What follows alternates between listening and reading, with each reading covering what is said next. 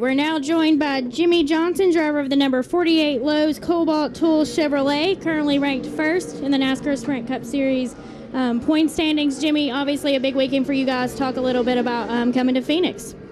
Excited to get on the track. It looks like it's still pretty slick, and I watched the trucks practice last night, and there's been a couple quick cautions this morning, so I'm hopeful the nationwide cars really rubber the racetrack in, and we can get the track to evolve in short order and have a great practice session here in an hour or so. All right, if you have a question for Jimmie, please raise your hand, state your name and affiliation. It is obviously a little loud with practice going on, so if you can just make sure to speak into the microphone. Okay, let's start with Tom up front, and then we'll make our way around. Hi, Jimmie. Tom Jensen, Speed.com. You've been here before many times in this situation. How does right now compare to years past, and how do you like your chances? At this point, regardless of our point situation, I still came here ready to race, and we've won some races here and have been able to run in the top 5, which was very important to lead into a comfortable homestead. I've been on the ropes here racing Denny, and things worked out from a fuel mileage standpoint that closed the gap. Went to Homestead and had to race for it. I've been here before with Gordon dueling it out, and we won. He might have been second or third in the race, and that's the year that reminds me the most of what I'm dealing with right now. I expect Brad to be strong here. He and I raced real hard for third or fourth position at the closing laps of the spring race, and I would assume we'll be right there running, nose to tail once again when the checker flag falls on Sunday. All right, let's go Marty Smith, Claire, Monty, and then... Marty Smith, ESPN. Johnson, what do other drivers say to you in passing or whatnot when you see them in the motorhome lot or whatnot about beating Brad? What are their comments to you about your opportunity to win this championship because you're racing him? I haven't had anybody specifically point out, the competition with Brad. I've had guys talk about, here you are in position again, give me some encouragement. Just saw Clint Boyer in the motorhome lot, and he said a lot of things that I can't say on TV. Something about the rear end of anybody, and I'm that part for winning last weekend. Not the cheeks, the other part, in his words. So, highly entertaining whenever it comes to Boyer, as we all know. But, I feel like there's, I have a lot of friends in the garage area, and people are maybe they're not happy to see me, in position to win a championship, but I think a lot of people respect the position we're in and what the team has done and what I have done. And I think that respect shows on the racetrack, too. There's been a lot of, respectful driving around Brad and I on the racetrack, and guys have let us, race for this thing. So, it's been good. All right, let's go to Claire. Claire B. Lang, Sirius XM NASCAR Radio. With 60 wins, your 8th in all-time wins. Earnhardt, 7th with 76. How important is it to you to get to that level, throwing championships aside, but wins? And also, I saw you running yesterday as I came into the track, doing your run around the track. Are you able to do that, kind of lay back, get the stress out, and not get recognized by a lot of people? Kind of. I left the track and ran out through the motorhome lot, and on my way out, no one saw me, and then on the way back, people knew I was coming, and signed a few autographs, took a few pictures. But training, I have my event coming up in December, so I have to keep the miles in and keep going. But it's been a great way to make sure that I'm tired every night and go to sleep and sleep with a clear mind. So just continuing to follow my routine and what I do. As far as chasing Earnhardt, I didn't know that he was mine, and there's a good gap between 60 and 76, so I hope to get there, and it would be a huge honor for me to be able to tie the man. So I hope to do that, certainly. Can we get a microphone up front, please? Okay, right here to Monty. Monty doesn't guess is it. I have to say, I feel like I'm in a Saturday Night Live skit with all this.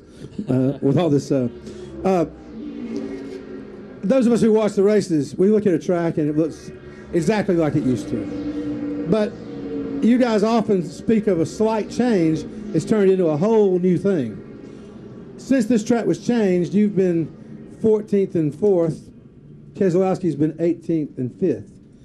Is this a whole new learning process, or is this still the place where you've won 4 times and I think one time 3 out of 4, or won a stretch of races? I really think it's a new place. The old track it was really abrasive and tire wear was important.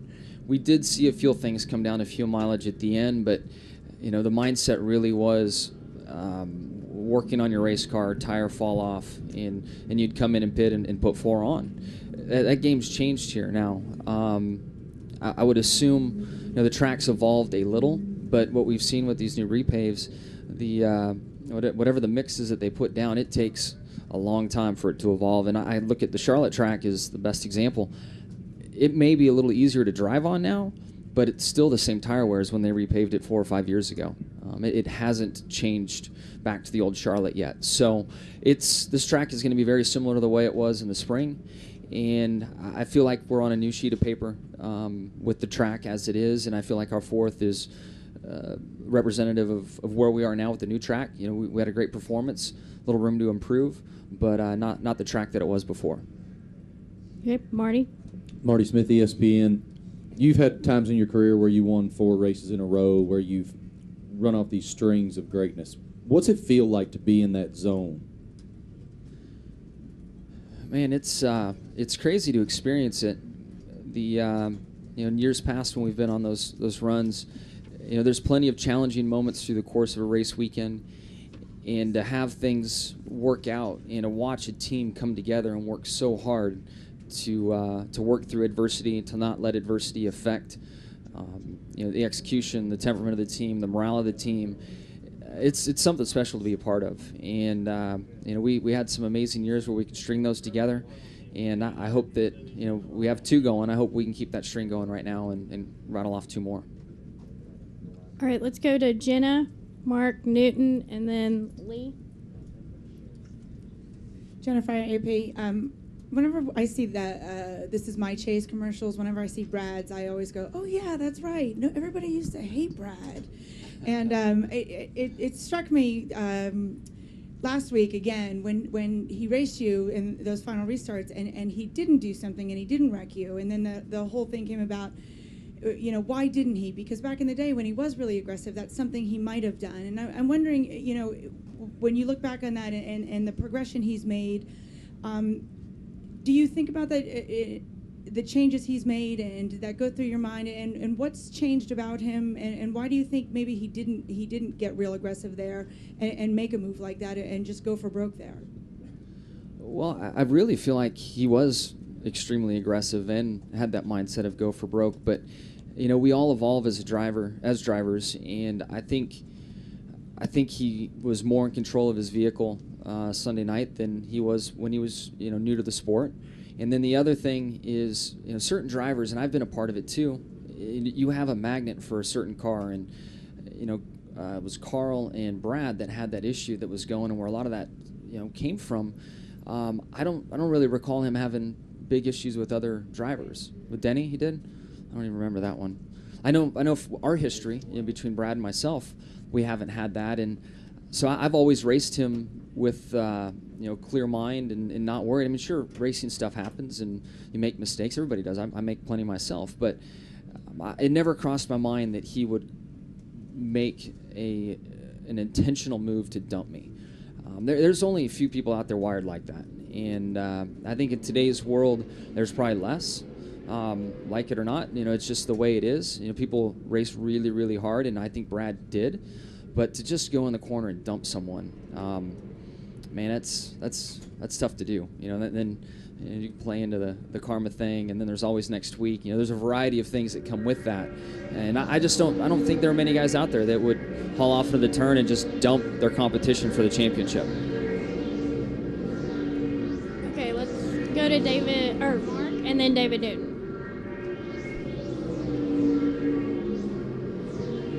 Dean McNulty, Toronto Sun. Chad said earlier this week that at this time of year, people who are chasing you have to raise their game, but the 48 team doesn't have to. You sort of remain on a plane. Is that the way you operate as a driver?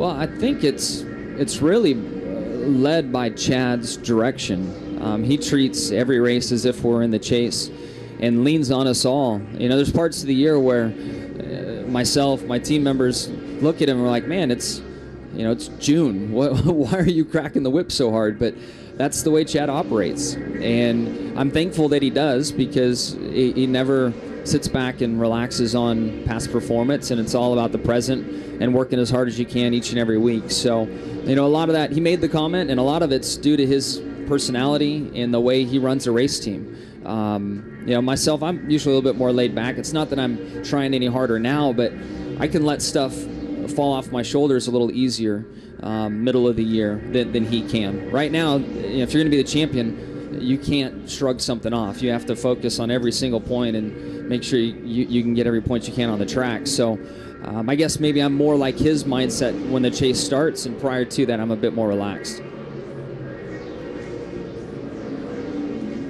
Jimmy, Mark Armiel, the Arizona Republic.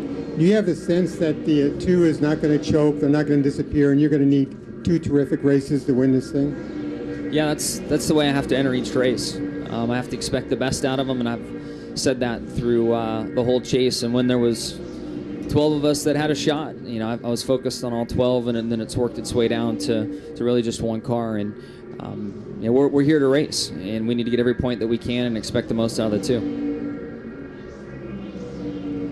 Newton, ESPN.com. When you look at what Tony Stewart said last week, he referred to a death wish Keselowski had. What did you think he meant by that specifically? And a second question I want to ask you, with the nationwide standings, they're tied now. Last year coming here, it was 17 points difference. With a new simpler point system, is that an argument that you don't need to chase anymore? I didn't see the comments after last weekend with what Tony said, so I really don't know what he's referencing. The nationwide stuff, we saw it time and time again in the Cup Series that you would get a couple close years here and there, but really there was a runaway year. I feel like from an odds standpoint, your chances of having a close championship battle are best with the chase. And the Cup Series is proof of that. We wouldn't have changed if it wasn't the situation. I'm happy to see the Nationwide Series tied right now. It's great TV and great to watch, and it's very hungry guys out there trying to make their mark. Jimmy, you've always in your career, way back when, set goals for yourself. And originally, the goals weren't that far out, but I've noticed over the years, when you've talked about goals, you've sort of pushed the envelope. And I'm wondering now at this stage, where you are in your future goals. Where do you want to end up with? What do you want to be? Where do you want to be when this whole thing comes to a conclusion? It's hard to say, and I still, live my life and live each day just looking at what's right in front of me. I've been asked the question a lot about long term and where I want to be, the mark I want to leave in the sport, and it's something I haven't put a lot of thought into, but I feel like I've had lame answers for everybody over the years and needed to think about it for once and have a good answer. And I made this reference a few times, but a friend of mine said to me that limits begin where the vision ends.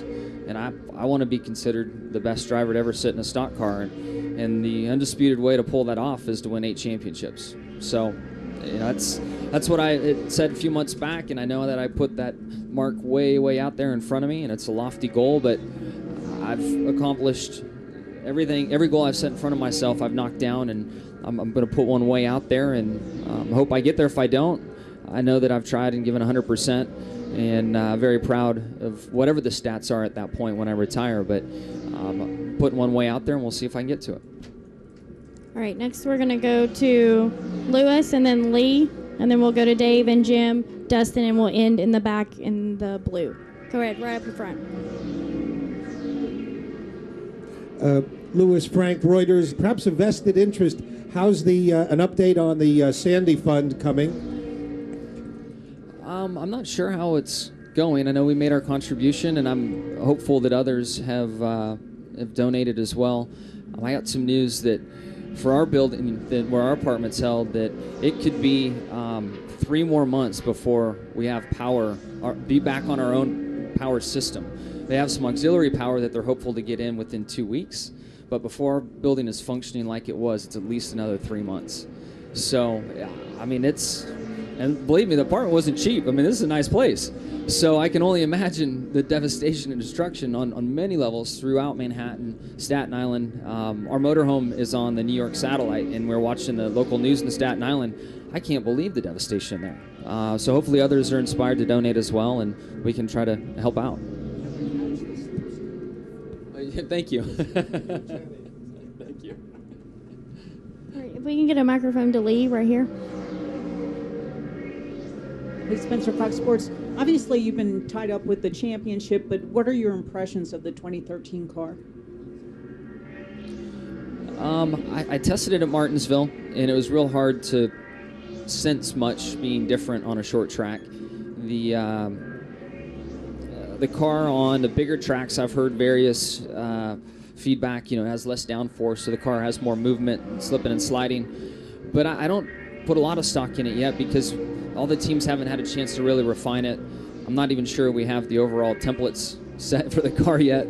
So I haven't looked too far into it, and I know and believe that between the affiliation with Chevrolet and the work that Hendrick Motorsports does, it will come out swinging. And I also know that with the testing that's opened up, plus the additional test sessions that NASCAR has released to get the car in raceable fashion, we'll work through it all pretty quick and get things where they need to be. But I haven't heard anything terrible from feedback, and my own experience in the car at Martinsville is great. So it's really just the aero balance, I believe, on the high-speed tracks, which I haven't had a chance to feel on my own yet. All right, go ahead, Dave Coleman, Milwaukee Journal-Sentinel. Jimmy, the last year and a half or so, people have got to know Brad. They've had 10 years, a dozen years of getting to know you. I mean, we go through this pretty much every fall. Are there still, after all this time, misconceptions about you, people not seeing you really for who you are? And is there any of that bugs you? I learned a long time ago that it's hard to make everybody happy. And I have seen in the last 3-4 years, there are plenty of markers to show it, that the fan base has shifted heavily, and there are a lot of very avid 48 fans that are out there. But with that said, I'm sure there are some that just don't like me, and that's fine. That's cool. It's sports. It's how it is, and nothing has bothered me. I've heard it all, and I guess also in my lesson a while back, I learned that if I know someone and they have a problem with me, then I should take heart. But as from a fan's perspective, in the way things happen within sports, if somebody says something ugly, they don't know me, so why am I going to take it to heart? It's just fandom and people supporting their teams and who they want to support. Yep. Okay, right there, Jim. Jim Peltz, Los Angeles Times. Jimmy, sort of along those same lines, within 48 hours of you winning in Texas, there were numerous articles, blog posts, and readers' comments, etc., bemoaning the fact that you were now in the lead and were poised for another title. Now, this isn't exactly news. We've been doing this, since 2009? But I'm still curious, the fact that it rears its head as soon as you take the lead, the points lead, how that makes you feel. It makes me smile. I mean, I really don't care. I'm doing my job. I've worked my entire life to get to this point in my career, and I wasn't around to see the Petty era, but I know that I can only assume that a lot of people were tired of seeing the King win. I know that a lot of people were tired of seeing Earnhardt win. I lived it firsthand and watching Jeff Gordon go through that very same thing after his 4th championship. So it's not that I'm in this unique situation. I mean, if we go back through and pull the clips from previous champions and guys that have been on runs before, it's the same stuff. I mean, it's absolutely the same stuff. So I'm not doing anything different than Gordon, Petty, Earnhardt. In fact, I'm awfully damn proud to be in that lump of guys that had it go from cheers to boos. And when they go back to cheering you again is when you stop winning. So I don't want the cheers. I'll keep the boos. That's fine. All right, let's wrap up these last 2 questions quickly so Jimmy can go ahead. Dustin, and then the gentleman in the blue in the back. Dustin Long, USA Today. After last week's race, you tweeted back to Brad about, thanks for going to Victory Lane, and Brad tweeted back to you, thanks for Road Atlanta. for being there at Road Atlanta. And his comment earlier this week was just that, he said about you, about Road Atlanta, he said he cared when he didn't have to. And I know you were there for the crash. I remember you taking the photos, and I think you tweeted a couple things. What happened at Road Atlanta between you and him? Was that get to know him in one sense a little bit better through that experience? Did that change any perceptions? Because certainly it seems like it had somewhat of a profound effect on Brad. Yeah, when I saw his reply, it took me a second or two to take it in. I'm like, wait a second, Road Atlanta, he crashed. And then it went, the few minutes following his crash ran through my mind, and I think Chad and I were in a Tahoe, ran down there. We're one of the first people on the scene, helping him get out of the car, helping him find his bearings. Checked up with him when he was at the hospital, and it was a heck of a crash. And I don't think I was just concerned for him, and maybe that was something different than what he had experienced with other racers. But that's me, I'm concerned for people, and especially seeing a big impact like that firsthand. It got my attention. And the next day and a half of testing, every time I went into turn one, I could see his marks where he went off the road and hit down there. I'm like, man, that was ugly. So, I'm glad that meant something to him. It wasn't my intentions, and he knows where I am with my morals, and that I do care about others. And he, I don't think the situations are identical by any means, but the fact that he was the only driver that came to victory lane to shake my hand after the race in Texas. I just thought that took a lot of class, and it's tough in this moment when we're both racing and trying to achieve our dreams as being champion in the sport, and for him to put a smile on his face and come to victory lane and shake my hand, I thought was a big move on his behalf. Right.